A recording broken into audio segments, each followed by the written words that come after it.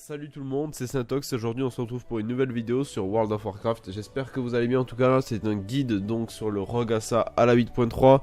Autant en PvE en PvP, je vais vous montrer les talents qu'il vous faut. Je vais vous parler des essences. On va parler aussi des points faibles et des points forts du Rogue Assa.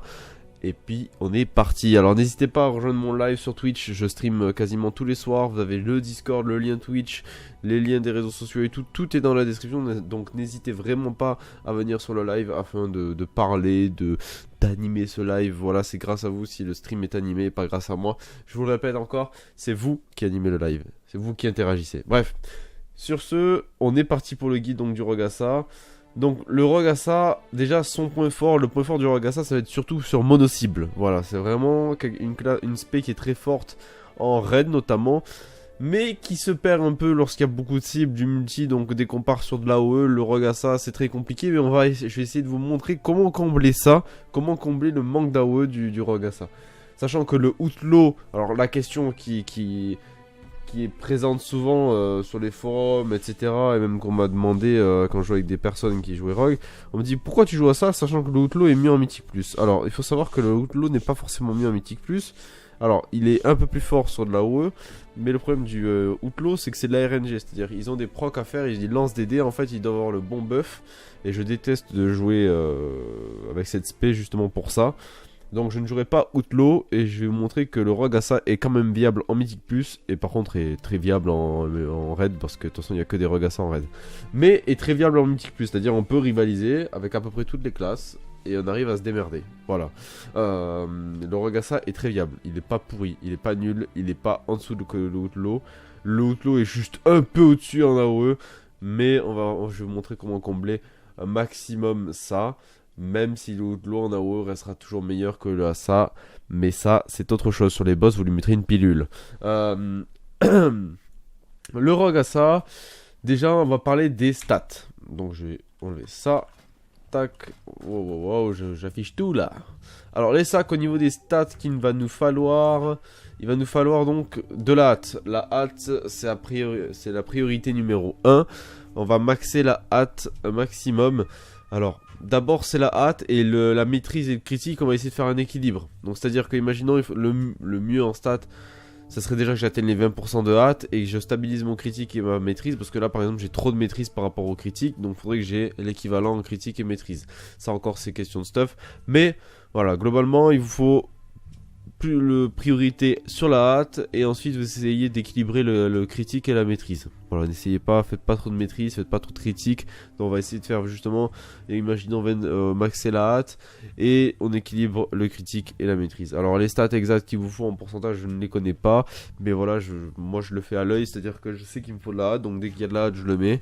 Dès que je vois que ça m'augmente plus de maîtrise, mais vu là l'état de mes stats, je me dis ouais mais si je gagne de la maîtrise ça va me faire, j'en aurai trop et je vais perdre du critique, donc je vais laisser le critique et ainsi de suite, on essaie d'équilibrer avec les stuffs qu'on a. Au niveau des enchantements, alors Ice Events va vous dire de mettre du critique ici sur les bagues. Moi personnellement je mets de la hâte. Pourquoi? Parce que je manque de hâte. Parce que vous allez voir, vous allez manquer de hâte. Moi j'étais aux alentours des 14%. Là je suis à 16, c'est déjà un peu plus viable. La hâte vous permet de régénérer votre énergie plus rapidement, donc de taper beaucoup plus vite. Donc ce qui fait de faire 2 fois plus de DPS. Donc pour moi, pour le moment c'est la hâte. Après, dès que j'aurai suffisamment de hâte, juste avec le stuff de base, je mettrai des enchantements critiques. Mais là j'y suis pas encore. Donc pour le début je vous conseille de mettre de la hâte si vous manquez de hâte. Ensuite pour les deux armes, donc on va mettre multiplicateur de force sur une des dagues et sur l'autre navigation rapide. Voilà, tout simplement, ça y a pas à chier, il y a que ça. On va parler des traits des azérites parce que j'allais les zapper parce qu'il y a quand même des traits azéritiques. Et on va parler des prios du trait azéritique. Et vous allez voir que c'est pas très compliqué. On va parler sur celui-là. Donc là, le mieux c'est de mettre tourner la lame. Donc c'est celui d'envenimer. Si on l'a pas et qu'on a la rupture à la place, vous mettez la rupture. Donc les deux viables, ça reste envenimé et la rupture. Voilà. Sur l'autre palier, si vous avez double dose, vous choisissez direct double dose. C'est vraiment le bis. Voilà, double dose, il vous le faut. Moi j'ai mis tourbillon élémentaire là-dessus parce que c'est ce qui me semblait le mieux. Voilà, ça augmente le critique, la hâte et la maîtrise pendant 10 secondes. Bon, c'est sympa, ça fait un petit boost. Donc moi j'ai mis ça. Là-dessus vous faites ce que vous voulez. Et là-dessus, bon c'est tout bête, vous augmentez votre level de votre pièce. Un exemple sur celui-là, voilà, j'ai eu tourner la lame. Là, j'avais pas le choix, j'avais que Garrot qui était intéressant. Parce que Garrot, en fait, quand je lance Garrot, ça me permet de générer 2 points de combo. Et il inflige 1612 points de dégâts supplémentaires toutes les 1,7 secondes pendant 18 secondes. Donc ça, c'est pas mal aussi. Donc si vous avez le choix de le mettre, n'hésitez pas à le mettre. Si par contre vous avez double dose à la place, etc. Donc vous faites un mix. Mais voilà, globalement, les traits qui sont bien, c'est celui avec l'envenimé, celui avec le garrot et celui avec la double dose. Donc c'est les 3 best pour moi. Je pense que ça l'est. Voilà, je suis pas un pro à ça. Mais je me débrouille plutôt bien. Donc c'est pour ça que je me permets de vous faire ce guide. On va mettre tourbillon élémentaire par la suite aussi. Voilà, moi j'ai mis ça. Après vous choisissez là-dessus, hein, mais je vous donne ce qui est à peu près ce qui est le plus opti selon moi et selon les sites que j'ai consultés. Là-dessus, bon, faites ce que vous voulez. Là-dessus, bah, encore plus. Et donc voilà. Ensuite, qu'est-ce que je voulais vous montrer? On va parler des talents avant tout. Donc, je vais aller me rendre devant le mannequin. Les talents, donc vous avez la ligne 15. Alors là on va parler pour le PVE. Voilà, on va pas parler encore des talents PVP, mais on va parler pour le PVE. Pour le PVE, donc du coup, on va partir sur du... Attendez, le mannequin DPS, je sais plus si c'est celui-là ou celui-là s'il tape. Ah, il tape celui-là. Donc attendez, c'est pas celui-là, c'est celui de là-bas. Donc, sur la ligne 15, on va mettre plan élaboré. Pourquoi? Parce que ça augmente vos coups de grâce et les dégâts que vous infligez de 10% pendant 4 secondes, et ça c'est worse. Ah, c'est bon. Ensuite, s'il veut bien s'afficher, voilà. Ensuite, ligne 30, on va mettre maître assassin. Ça c'est sûr, c'est ça qu'il vous faut. Et bref, vous utilisez ça et c'est bon. Ensuite, on va utiliser vigueur. Pourquoi vigueur? Parce que ça augmente votre maximum d'énergie. Et ça, il n'y a pas mieux en PvE. Ensuite, on va mettre trempe la mort. Ensuite, pro affaibli. Ensuite, lame toxique. Et ensuite, bombe de poison. Donc ça, c'est le build, on l'appelle le build poison. Voilà, le poison build. Parlant en anglais. Ou venom build. Il y a plusieurs noms, mais bref. C'est le build PvE. Alors, au niveau du cycle... on va partir, donc vous partez déjà en fufu, ça c'est une logique. Voilà, donc après chaque pack vous mettez en invisible. Et on va voir pourquoi, parce que tout simplement votre garrot va faire plus de dégâts. Donc là imaginons je vais faire une phase de burst. Je vais vous faire en version lente pour que vous compreniez bien ce qui se passe. Donc je vais mettre, on le rappelle, la vendetta qui vous permet de burster. Voilà, tout simplement c'est votre sort de burst, c'est celui-là qu'il faudra maxer. Et puis voilà, la vendetta. Ah, j'allais oublier, les essences, pardon. Au niveau des essences, alors, avant que je passe à autre chose, pour les essences en PvE en tout cas, pour le Mythique Plus, moi je vous conseille de mettre l'essence de l'iris en focalisation en plein milieu, voilà, en principal. Pourquoi? Parce que c'est ce qui va combler le manque d'AOE du Rogassa. Ensuite, ça serait de partir sur le souvenir des rêves lucides en passif et la résonance de la veine du monde en passif. Si vous êtes en mono-cible, c'est-à-dire que vous allez en raid. Alors là, on va enlever l'iris de focalisation et on va mettre la résonance au centre. Résonance en principal. Après, en troisième, normalement, c'est le centre d'ennemi. C'est celui-ci. Qui est bien aussi. Et après, en rang 4, je vous avoue que je ne m'y suis pas encore mis. Mais faut que je m'y mette d'ailleurs. Je vous le mettrai en commentaire ce qu'il faut en essence 4. Parce que je ne me suis pas renseigné du coup vu que j'ai pas encore atteint le rang. Donc pour moi je me suis dit bon ben j'attends encore. Donc là nous on va repartir sur le build mono. Comme ça je vais vous montrer le build mono. Parce que utiliser l'essence de l'iris c'est facile hein. Vous mettez un pack, hop, iris et ça monte le DPS. Donc moi je mets ça en passif pour le moment. Parce que je l'ai pas encore l'autre. Il faut que le sang de l'ennemi je l'ai dans l'inventaire. Je l'ai loot aujourd'hui. Donc il faut que j'aille l'imprégner dans le cœur d'Azeroth. Donc ça on verra plus tard. Bref. Donc je vous ai dit les essences qu'il fallait. Donc là vous partez en fufu. Vous faites votre vendetta. Ici. Vous mettez un garrot. Une lame toxique. Une rupture. Une veine du monde. Voilà, ça vous permet d'augmenter votre DPS. Estropié, estropié, envenimé. Estropié, estropié, envenimé. Estropié, estropié, envenimé. Le garrot il part dans 3 secondes. Je reset mon garrot. Voilà, tout simplement. Je retape, je remets ma rupture. Toujours à 5 points de combo la rupture. Hein. On fait pas les cons. Et même pour les envenimer, le mieux ça reste à 5 points de rupture. Mais là j'ai ma lame toxique avant. Donc qu'est-ce que je vais faire? Je mets la lame toxique et je mets mon envenimé derrière parce que ça va augmenter tout simplement le critique de l'envenimé. envenimé, garrot, je reset. Voilà, là j'ai le temps encore de faire un envenimé. Voilà, ma pompe de poison à proc, c'est parfait. Je remets 2 estropiés, ma rupture va partir. Je recale ma rupture. Le but c'est vraiment de toujours conserver vos dots sur la cible, parce que sinon vous allez perdre du DPS. Voilà, donc vous gardez vos poisons sur la cible. Là j'ai la lame toxique, je l'utilise. Et juste derrière, bam, envenimé. Voilà, et c'est que ça. Le cycle du Rogasa est aussi débile. Je vais abuser de dire débile, il y a des classes encore plus débiles.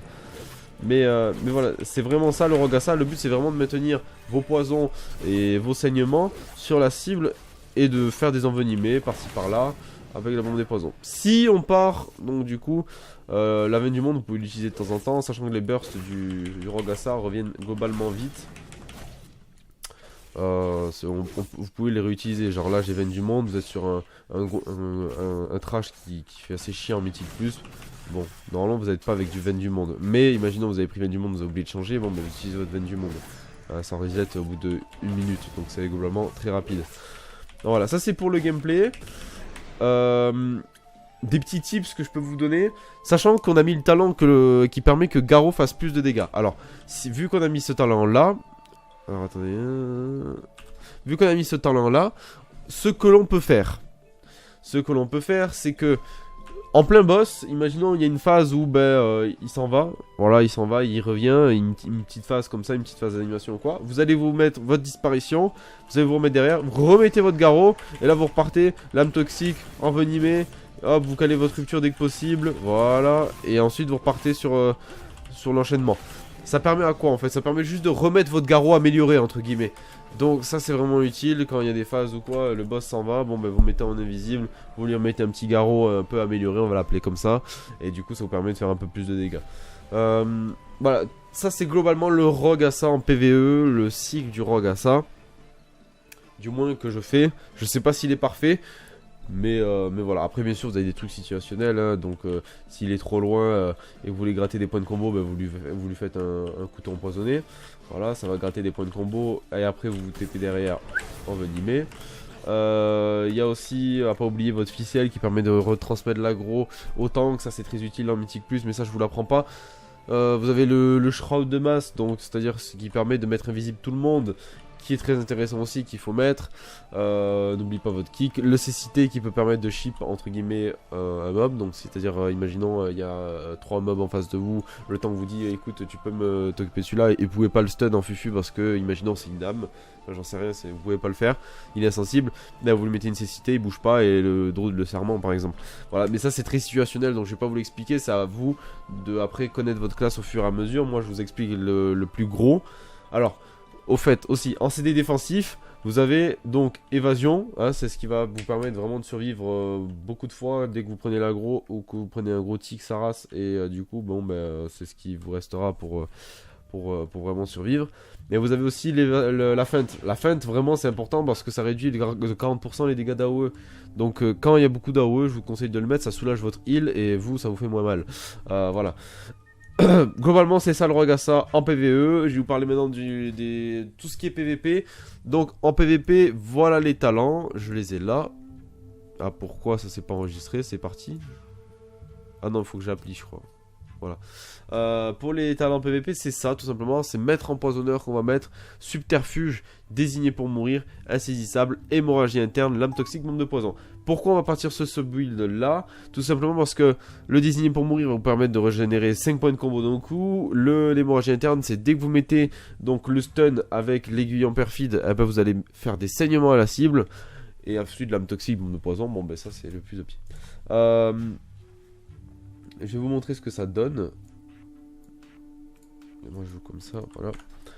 Bon, en PvP c'est très situationnel. Alors pour les essences en PvP, bien sûr, on met pas veine du monde. On met, comment ça s'appelle, le creuset des flammes. Pourquoi le creuset des flammes? Parce que tout simplement ça permet que quand le mec est un peu à distance, vous puissiez des PS. Et parce que vu qu'en rogue on a pas mal de trous parce qu'on a un manque d'énergie, ça permet de combler ces trous là. Alors je vais pas vous apprendre à jouer en PvP, mais voilà, si vous voulez savoir les talents et les essences qu'il fallait, c'est ça. Après, en PvP, ça va être très compliqué de vous montrer parce que c'est très situationnel le PvP. Mais vraiment, pour commencer un start, moi ce que je fais, c'est je fais coup bas, Garrot, coup bas, envenimé, lame toxique. Je mets mon truc qui génère 5 points de combo, donc c'est désigné pour mourir. Je le stun. Je mets un creuset des flammes, donc l'essence qu'on a mis. Je lui cale la rupture, je recale le garrot, et là je l'enchaîne. Voilà. Je sais pas si c'est le meilleur combo, parce que je suis pas joueur PVP, j'en fais de temps en temps devant Rimmer quand je me fais chier, et que c'est 3h du matin et que j'ai envie de faire des duels. Voilà, donc je suis pas le meilleur en PVP, mais n'empêche que je suis pas très mauvais non plus. Donc après, voilà, pour le PVP, je vais vous laisser faire votre avis. À force de jouer, vous allez comprendre quoi faire à tel moment et quoi faire à tel moment. Mais là actuellement je peux pas vous montrer vraiment un cycle précis parce qu'il n'y a pas de cycle précis du moins en Rogassa PVP. Je pense avoir tout dit pour le Rogassa à la 8.3. Sachez, ah oui, pour l'AOE, pour l'AOE quand vous êtes en AOE, donc ce sera en mythique plus par exemple avec l'iris de focalisation. On va mettre donc l'iris de focalisation et moi en secondaire vu que je l'ai pas encore l'autre, ben, je vais mettre la résonance du monde. Et puis ouais, on va mettre ça. Quand vous êtes en AOE, donc on va utiliser vraiment votre éventail de couteaux. Vu qu'il y aura plus de cibles, ça va vous générer rapidement des points de combo. Vous mettez votre rupture. Vous faites à la limite l'iris. Ça va vous monter le DPS en 3 secondes. Et ensuite vous allez refaire les éventails de couteaux. Vous allez sur une autre cible et vous lui replacez une autre rupture sur l'autre cible. Vous refaites éventail de couteaux, vous placez une autre rupture. Et après, une fois que vous avez placé quelques-unes, vous faites l'éventail et vous mettez des envenimés en croisant les doigts que votre bombe de poison proc. Voilà, ça c'est là-haut du Rogassa, c'est ce que je vous dis, c'est vraiment le point faible du Rogassa. Mais on le comble grâce à l'iris de focalisation. Donc vraiment, si vous allez en Mythique Plus et vous voulez cleave les ZAD et faire du DPS sur les trash, n'hésitez pas à mettre l'iris de focalisation. Alors après, ça veut dire que vous allez perdre un peu de DPS sur le mono. Mais bon, pour ce que vous gagnez sur les multi-cibles et ce que vous perdez en mono, ça se vaut un peu, donc... Vraiment pour les Mythique Plus, moi je conseille de mettre l'iris. Si vous du moins vous voulez jouer en Rogassa sur Mythique Plus, bon vous mettez l'iris et puis vous êtes tranquille. Et ensuite quand vous allez en raid, vous remettez la veine du monde. Voilà, moi j'ai repassé sur la veine du monde d'ailleurs parce que on risque de très bientôt raid. Ah putain, je suis pas... Ah non mais il est en cours d'achat. Bon mais c'est pas grave, je le ferai plus tard. Merci à tous en tout cas d'avoir regardé cette vidéo. Si vous avez des questions, n'hésitez pas à me le dire en commentaire. L'espace est fait pour ça. N'hésitez pas à me rejoindre sur Twitch. Comme je vous l'ai dit, je stream globalement tous les soirs. Tout est inscrit dans le Discord. Toutes mes horaires sont écrits sur Twitter. Bref, vous pouvez pas le rater. C'est dans la bio de Twitter. C'est sur Discord. Je les annonce. Je vous fais des tags directement. Voilà, mais globalement, dimanche, lundi, mardi, mercredi, jeudi, 21h, minuit. Sauf le dimanche que c'est 19h, minuit. Globalement, c'est ça. Des fois, ça change. Généralement, en ce moment, j'avoue que le dimanche, je ne stream pas parce que je rentre. Et j'avoue, j'ai envie d'être pépère, chill. Mais voilà, globalement, c'est ça mes horaires. Et en tout cas, la semaine, je m'y tiens. Mais le dimanche, c'est vrai que ça m'arrive. Je ne stream pas. Mais dans tous les cas, vous avez le Discord pour le savoir parce que je vous annonce les imprévus tout simplement sur Discord. Donc, je vous souhaite à tous une bonne journée, une bonne soirée. Je sais pas, une bonne après-midi, ça dépend quand tu regardes la vidéo. Et je vous souhaite à tous une bonne après-midi, j'allais le redire, mais putain, mais je suis bête. Bref, salut, merci à tous d'avoir regardé cette vidéo et à la prochaine, bye.